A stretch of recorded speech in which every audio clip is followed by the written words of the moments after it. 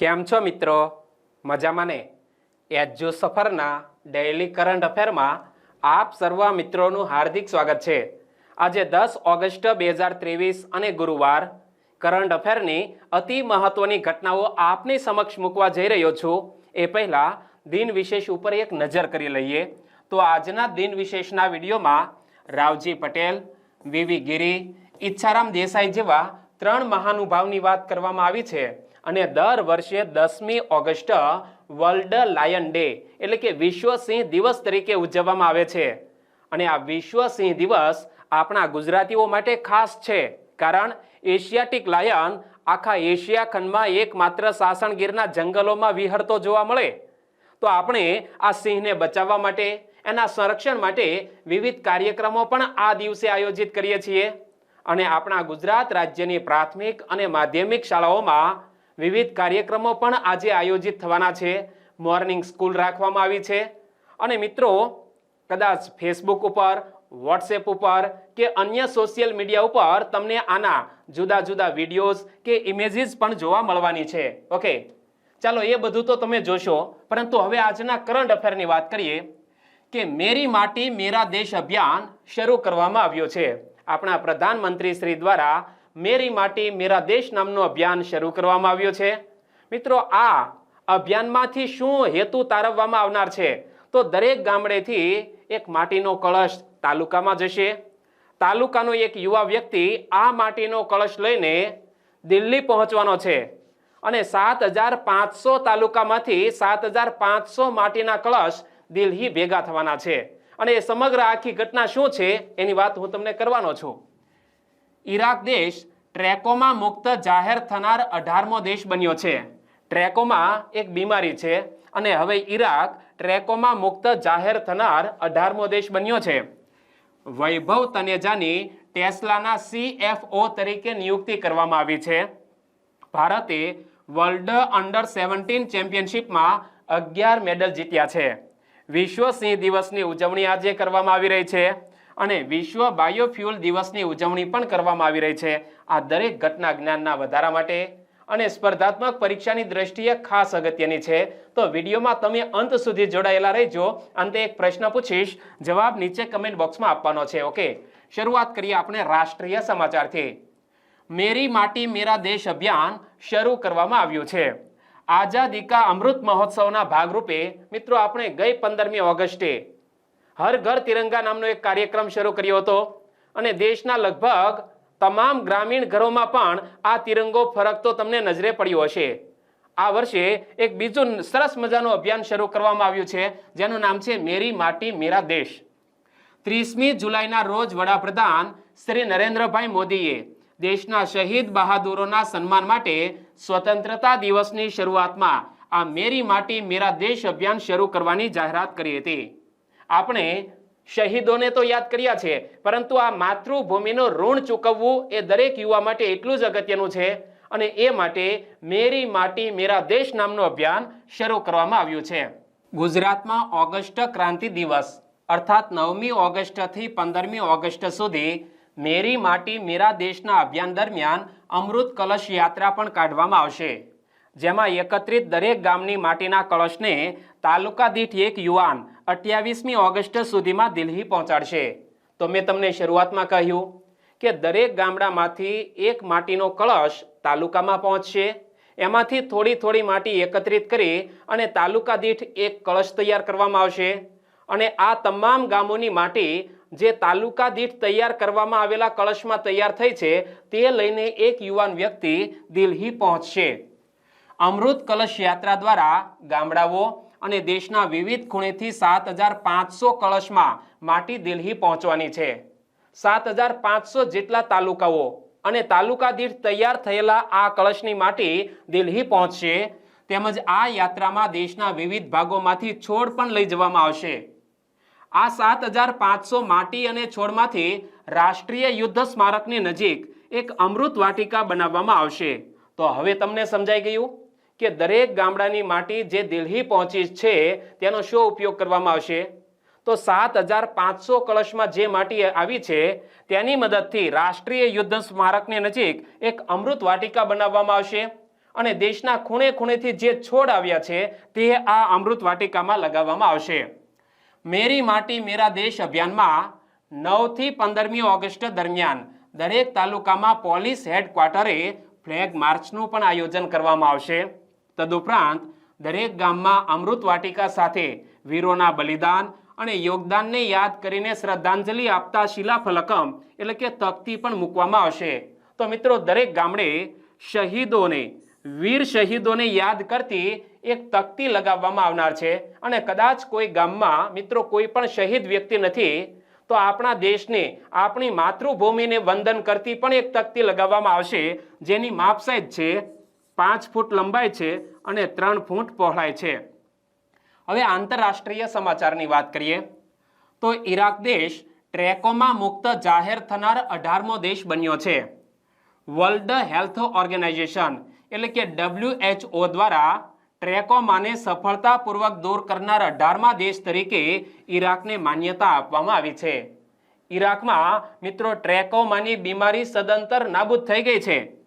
Iraq WHOની પૂર્વીય ભૂમધ્ય પ્રદેશમાં આ માન્યતા મેળવનાર 5મો દેશ બન્યો છે. તેમજ વર્લ્ડ હેલ્થ ઓર્ગેનાઇઝેશને વૈશ્વિક સ્તરે ઓછામાં ઓછા એક ઉપેક્ષિત ઉષ્ણકટિબંધીય રોગને દૂર કરવા માટે ઈરાકને 50મો દેશ તરીકે માન્યતા આપી છે. મિત્રો ખાસ યાદ રાખીશું, પરીક્ષામાં ક્યારેક એવો પ્રશ્ન પૂછાય કે તાજેતરમાં WHOએ ટ્રેકોમાને નાબૂદ કરનાર 18મા દેશ તરીકે કયા દેશને જાહેર કર્યો છે, તો ઈરાક દેશનું નામ યાદ રાખવાનું છે. WHOએ વૈશ્વિક સ્તરે ઓછામાં ઓછા એક ઉપેક્ષિત ઉષ્ણકટિબંધીય રોગને દૂર કરવા માટે ઈરાકને 50મો દેશ તરીકે માન્યતા આપી છે.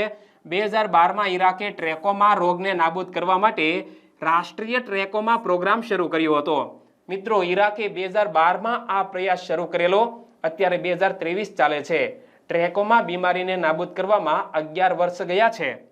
તેઓએ આંખની સંભાળની સુવિધાઓ શાળાઓમાં અને શિક્ષણ મંત્રાલયના સહયોગથી ટ્રેકોમા કેસ શોધવા અને તેનું સંચાલન કરવા માટે એક સર્વેલન્સ સિસ્ટમ વિકસાવી હતી, જેમાં રિફ્રેક્શનિસ્ટ્સ, ઓટોમેટ્રિસ્ટ્સ, નેત્ર ચિકિત્સકો અને આંખના સર્જનો સહિત હજારો હેલ્થકેર સ્ટાફે આ પ્રયાસોમાં ફાળો આપ્યો હતો.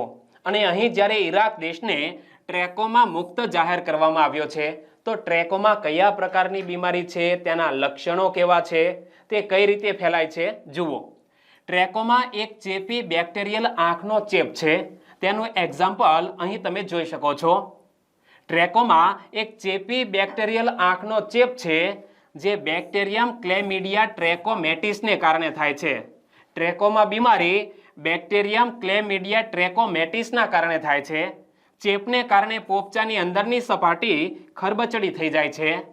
આ ખરબચડી આંખોમાં દુખાવો, આંખોની બાહ્ય સપાટી અથવા કોર્નિયા તૂટી જાય છે અને આખરે અંધત્વ પણ આવી શકે છે. ટ્રેકોમાના આ સ્વરૂપને ટ્રાઇચિઆસિસ કહેવામાં આવે છે. ટ્રેકોમાના ચેપને સાફ કરવા માટે એન્ટીબાયોટિક્સ એઝિથ્રોમાઇસિન, ટ્રેટાસાઇક્લિનનો ઉપયોગ કરવામાં આવે છે.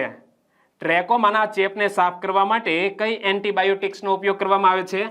એઝિથ્રોમાઇસિન અને ટ્રેટાસાઇક્લિન. ચેપગ્રસ્ત વ્યક્તિઓની આંખ અથવા નાકના સ્રાવના સીધા સંપર્ક દ્વારા અથવા ફોમિટ્સ અને માખીઓ દ્વારા અથવા પરોક્ષ રીતે ટુવાલ અથવા કપડાં જેવી દૂષિત વસ્તુઓ દ્વારા તે પ્રસારિત થાય છે. મિત્રો ટ્રેકોમાની બીમારી એક વ્યક્તિમાંથી બીજા વ્યક્તિમાં કઈ રીતે જઈ શકે? તો ચેપગ્રસ્ત વ્યક્તિઓની આંખો અથવા નાકના સ્રાવના સીધા સંપર્ક દ્વારા અથવા ફોમિટ્સ અને માખીઓ દ્વારા અથવા પરોક્ષ રીતે ટુવાલ અથવા કપડાં જેવી દૂષિત વસ્તુઓ દ્વારા તે પ્રસારિત થાય છે. અને અહીં જ્યારે વર્લ્ડ હેલ્થ ઓર્ગેનાઇઝેશને ઈરાકને ટ્રેકોમા મુક્ત જાહેર કર્યો તો WHOના વર્તમાન અધ્યક્ષ કોણ છે? Tedros Adhanom ગેબ્રેસિસ. WHOની સ્થાપના થઈ છે 7 એપ્રિલ 1948ના રોજ અને WHOનું હેડક્વાર્ટર સ્વિટ્ઝરલેન્ડના જીનીવા મુકામે આવેલું છે. આગળ વાત કરીએ તો ભારતીય મૂળના વૈભવ તનેજાની ટેસ્લાના CFO તરીકે નિયુક્તિ કરવામાં આવી છે. મોટી મોટી વૈશ્વિક કંપનીઓના CEO કે CFO એ ભારતીય છે. એ આપણા માટે ગૌરવની વાત કહી શકાય, કારણ કે મોટા ભાગનું જે ભારતીય બુદ્ધિધન છે ને એ મિત્રો વૈશ્વિક કક્ષાએ અત્યારે રાજ કરી રહ્યું છે. ભારતીય મૂળના વૈભવ તનેજાને ટેસ્લાના નવા ચીફ ફાઇનાન્શિયલ ઓફિસર તરીકે નિયુક્ત કરવામાં આવ્યા છે. વૈભવ તનેજાએ માર્ચ 2019થી ટેસ્લાના CEO તરીકે અને મે 2018થી કોર્પોરેટ નિયંત્રક તરીકે સેવા આપી છે. તેમણે ફેબ્રુઆરી 2017 અને મે 2018 વચ્ચે સહાયક કોર્પોરેટ નિયંત્રક તરીકે સેવા આપી હતી અને માર્ચ 2016થી સોલાર સિટી કોર્પોરેશનમાં વિવિધ ફાઇનાન્સ અને એકાઉન્ટિંગ ભૂમિકાઓમાં સેવા આપી હતી. આ વૈભવ તનેજા કોમર્સમાં ગ્રેજ્યુએટ થયેલા છે. તેમણે 1996 અને 1999ની વચ્ચે દિલ્હી યુનિવર્સિટીમાંથી કોમર્સની સ્નાતકની ડિગ્રી મેળવી હતી. તેમજ 1997 અને 2000ની વચ્ચે institute of chartered accountants of ઇન્ડિયામાંથી તેમની ચાર્ટર્ડ એકાઉન્ટન્સીનો અભ્યાસ તેમણે પૂર્ણ કરેલો છે. એટલે કે તેઓ કોમર્સ કરી અને CA થયેલા છે. અને ટેસ્લાના CEO કોણ છે? Alone Musk. ટેસ્લાની સ્થાપના ક્યારે થઈ? 1 જુલાઈ 2003ના રોજ. અને ટેસ્લાનું હેડક્વાર્ટર અમેરિકાના ટેક્સાસ મુકામે આવેલું છે. હવે ખેલ જગતની વાત કરીએ તો ભારતે વર્લ્ડ અંડર 17 ચેમ્પિયનશિપમાં 11 મેડલ જીત્યા છે. ઇસ્તાંબુલ તુર્કીમાં યોજાયેલી વર્લ્ડ અંડર 17 ચેમ્પિયનશિપમાં ભારતીય કુસ્તીબાજોએ 11 મેડલ જીત્યા છે. જેમાં 1 ગોલ્ડ, 7 સિલ્વર અને 3 બ્રોન્ઝ મેડલનો સમાવેશ થાય છે. ભારતે તુર્કીના ઇસ્તાંબુલમાં યોજાયેલી વર્લ્ડ અંડર 17 ચેમ્પિયનશિપમાં 11 મેડલ જીત્યા છે અને એમાં 1 ગોલ્ડ, 7 સિલ્વર અને 3 બ્રોન્ઝ મેડલનો સમાવેશ થાય છે. અને ભારતીય કુસ્તીબાજ સવિતાએ મહિલાઓની 61 કિગ્રા કેટેગરીમાં ભારત માટે એકમાત્ર ગોલ્ડ મેડલ જીત્યો હતો. વર્લ્ડ કેડેટ રેસલિંગ ચેમ્પિયનશિપનું નામ 2021થી વર્લ્ડ અંડર 17 રેસલિંગ ચેમ્પિયનશિપ રાખવામાં આવ્યું છે. અને અંડર 17 વર્લ્ડ રેસલિંગ ચેમ્પિયનશિપમાં ભારતીય મેડલ વિજેતાઓની યાદી જોઈએ તો સવિતાએ ગોલ્ડ મેડલ જીત્યો છે.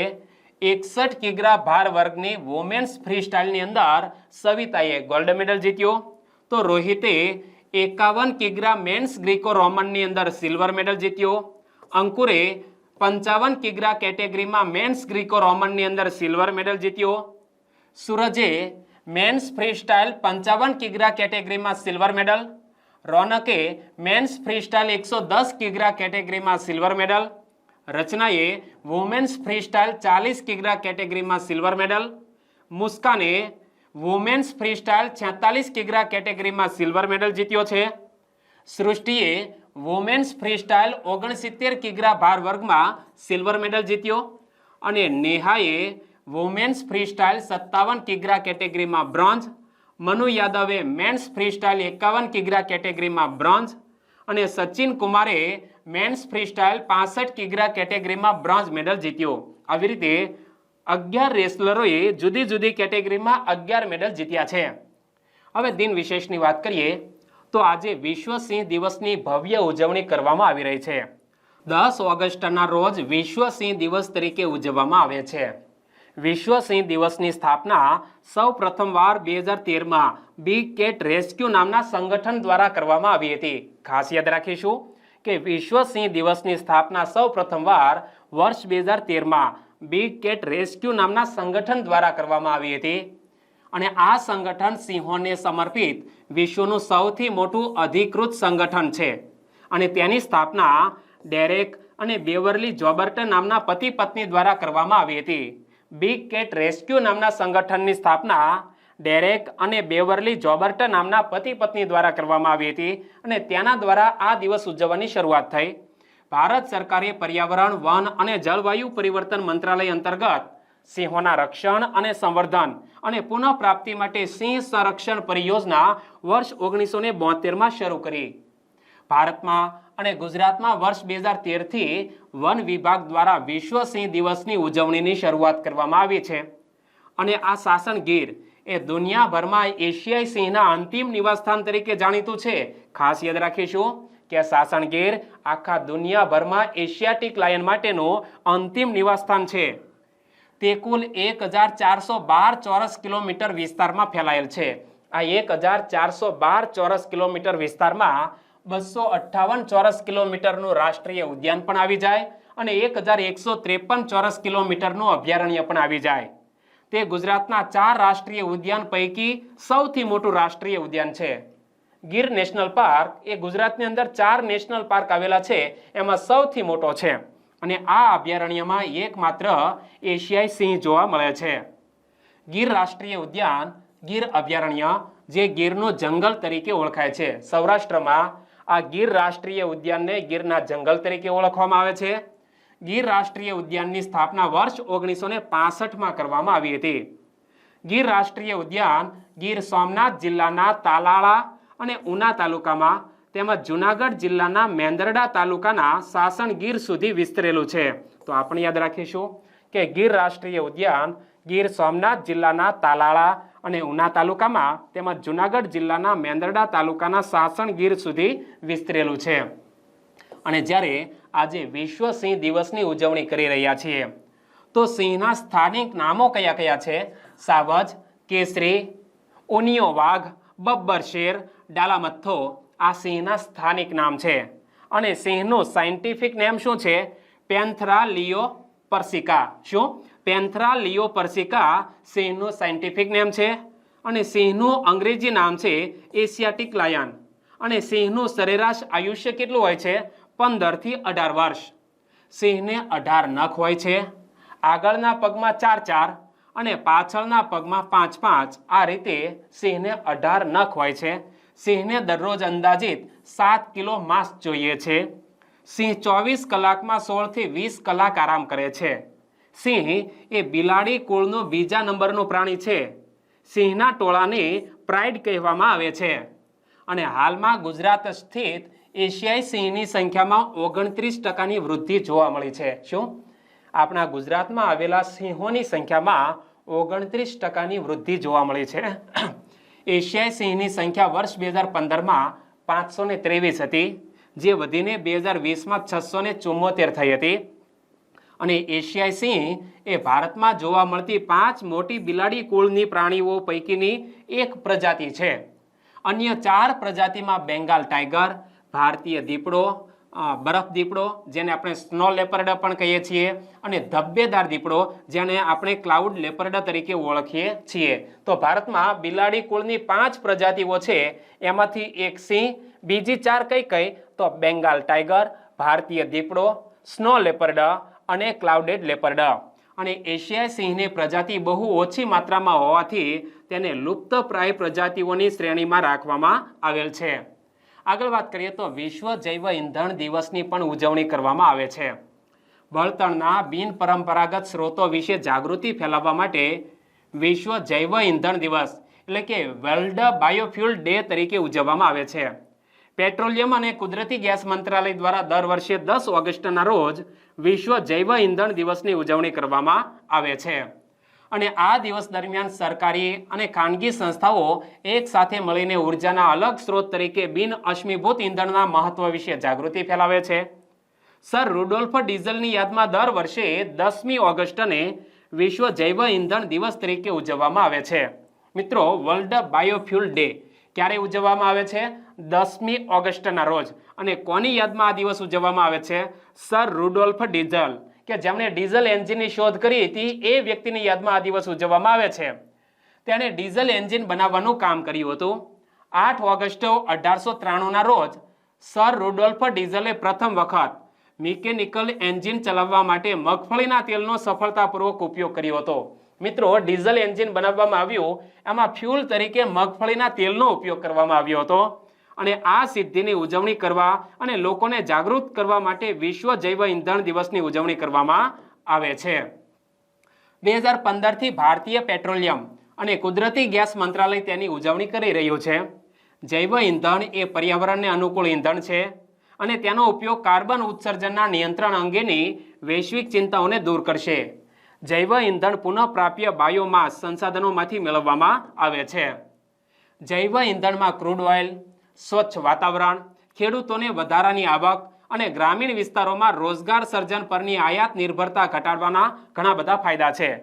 મિત્રો, બાયોફ્યુલ એટલે કે ખાસ કરીને જે કૃષિ કચરો છે તેમાંથી આ ફ્યુલ મેળવવામાં આવે છે, જે પ્રદૂષણને પણ ઘટાડે છે અને આસપાસના વાતાવરણને પણ સ્વચ્છ બનાવે છે. તો જૈવ ઇંધણમાં ક્રૂડ ઓઇલ, સ્વચ્છ વાતાવરણ, ખેડૂતોને વધારાની આવક અને ગ્રામીણ વિસ્તારોમાં રોજગાર સર્જન પરની આયાત નિર્ભરતા ઘટાડવાના ફાયદા છે. Biofuel program, make in India, Swachh Bharat અને ખેડૂતોની આવક વધારવા માટે ભારત સરકારની પહેલો સાથે પણ સુસંગત છે. હવે પ્રશ્નની વાત, તો ગઈકાલના વિડીયોમાં પ્રશ્ન પૂછ્યો હતો, લોકસભામાં શૂન્યકાળનો મહત્તમ સમયગાળો કેટલો હોય છે? લોકસભામાં શૂન્યકાળનો મહત્તમ સમયગાળો નિયત કરવામાં આવેલ નથી.